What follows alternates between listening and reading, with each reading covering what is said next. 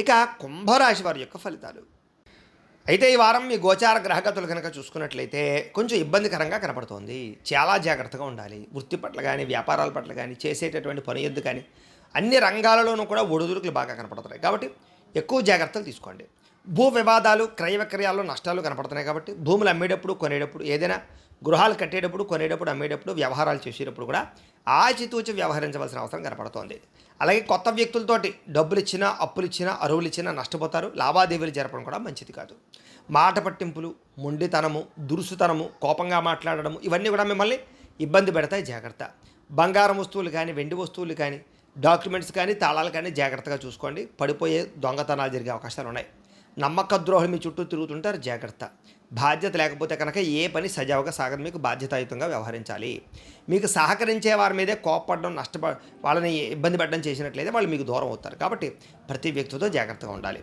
అలాగే ఏదైనా వస్తువులు కొనేటప్పుడు లేదా వాహనాలు కొనేటప్పుడు జాగ్రత్త. భూములు, గృహాలు లేదా ఇలాంటివి ఏమైనా కొనేటప్పుడు, ప్రాపర్టీస్ కొనేటప్పుడు డాక్యుమెంట్స్ విషయంలో జాగ్రత్త, అగ్రిమెంట్ విషయంలో జాగ్రత్త. లిటిగేషన్లు ఉన్నాయి లేదా అనేది ఒకసారి చెక్ చేయించుకోవడానికి మంచిది.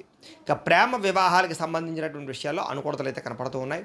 మిత్రుల ద్వారా వివాదాలు ఏమైనా ఉంటే పరిష్కారాలు అవుతాయని చెప్పచ్చు. క్రయ విక్రయాలు, లిఖితపూర్వక వ్యవహారాల్లో మాత్రం కొంచెం జాగ్రత్తలు తీసుకోండి.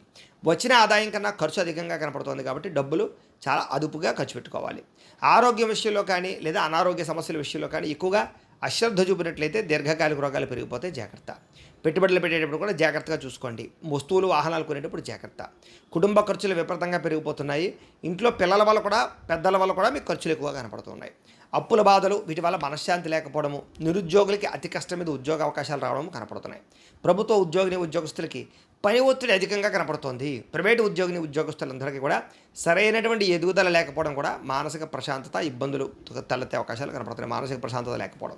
ఇక శారీరక వ్యామోహాలు కానీ, కోరికలు కానీ అతిగా పెరిగిపోయే అవకాశాలు కనపడుతున్నాయి. చిన్న చిన్న అనారోగ్య సమస్యల వల్ల ఇబ్బందులు పడే అవకాశం కనపడుతుంది. ఎన్ఆర్ఐలు అంటే ఇతర దేశాల ఉండే భారతీయులందరికీ కూడా ఉద్యోగపరంగా సమస్యలు, ఉద్యోగ గండాలు, ఉద్యోగ నష్టాలు, ఆర్థిక ఇబ్బందులు, మెంటల్ టెన్షన్లు, విపరీతమైనటువంటి నరఘోష కనపడుతుంది. జాగ్రత్తగా ఉండాలి. అలాగే ప్రయాణాల్లో ప్రమాదాలు కనపడుతున్నాయి. ప్రతి ఒక్కళ్ళు వాహనాలు నడిపేటప్పుడు చాలా జాగ్రత్తగా నడపాలి.